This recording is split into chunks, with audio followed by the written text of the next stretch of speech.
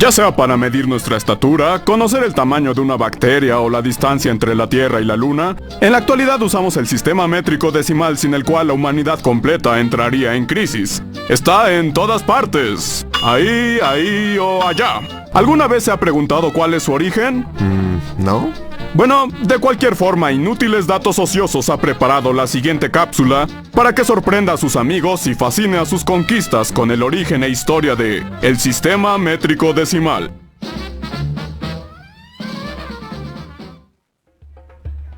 Desde tiempos ancestrales, el hombre ha tenido la necesidad de medir cosas, ya sea para pesar el pan, repartir la tierra o medir el tamaño de sus edificaciones. En un inicio, a este peculiar homínido se le ocurrió usar su propio cuerpo como patrón de medición, por lo que surgieron medidas como el codo, brazo, palma o pulgar. Puede nombrar cualquier extremidad o hueso del cuerpo, alguna vez fue usada. ¿Me puede dar 8 fémures de piel de cabra? Por supuesto, aquí tiene 8 fémures de piel de cabra. El problema con estas medidas es que no eran universales, y desde las frías tierras del Ártico hasta los puertos marítimos europeos había 1001 patrones distintos. Además, si por ejemplo, usted era una persona flacucha, era fácil que se aprovecharan de sus delgadas extremidades en el comercio. Mi lana mide 16 palmas. Mi mano dice que solo 12.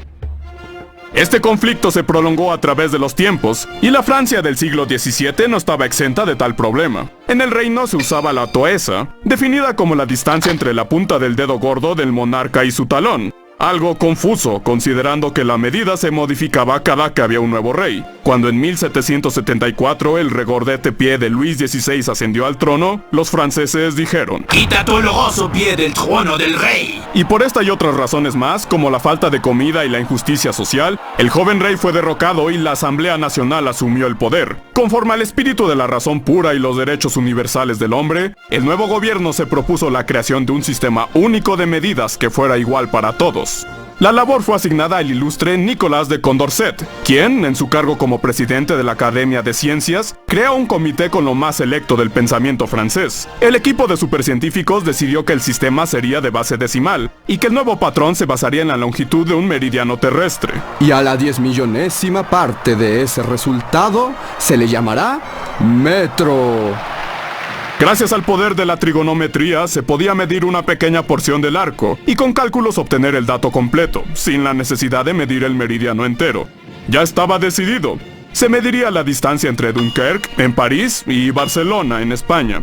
En marzo de 1791, el equipo de supercientíficos envió a los matemáticos Pierre Méchain y Jean Delambre a cumplir con la ardua tarea, pero pronto la encomienda se dificultó. El terror en Francia se desató, y por todas partes rodaban cabezas. Delambre y Méchain tuvieron que huir en múltiples ocasiones de las temibles garras de Robespierre. Fue hasta 1795, con la ejecución del Jacobino y el punto final a la era del terror, cuando los comisionados pudieron retomar su trabajo. En octubre de 1798, por fin los matemáticos pudieron presentar sus resultados. Entonces, con base en la medición, la Academia de Ciencias mandó a construir la barra oficial del metro, hecha de platino, y esta se guardó en los archivos de la nación. Nada más sublime ha creado la humanidad, para todos los pueblos, para todos los tiempos. El sistema métrico tardó en imponerse, y no fue sino hasta 1840 cuando se hizo oficial en toda Francia. En el mundo se comenzó a implementar en 1889, tras la creación de la Oficina Internacional de Pesos y Medidas, que desde entonces se encarga de asegurar y vigilar el correcto uso del sistema métrico decimal, y todas sus unidades básicas y derivadas.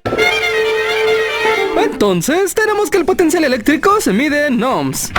¡Falso! Todos sabemos que los ohms son para medir la resistencia eléctrica. El potencial se mide en voltios. Denle una descarga eléctrica de alto voltaje. Así aprenderá. ¡No! ¡Por favor! ¡Soy solo un maestro! ¡Ah! ¡No! ¡Ah! ¡Ah! ¡Ah! ¡Ah! ¡Ah! Para las naciones ha sido una laboriosa conversión pasar de las medidas locales a las del Sistema Internacional de Unidades. Si no, pregúntale a los ingleses. Pero en la actualidad el sistema está en uso en casi todos los países del mundo. Las excepciones son Birmania, Liberia y los Estados Unidos. Metric system? Get out of here with your goddamn common metric system.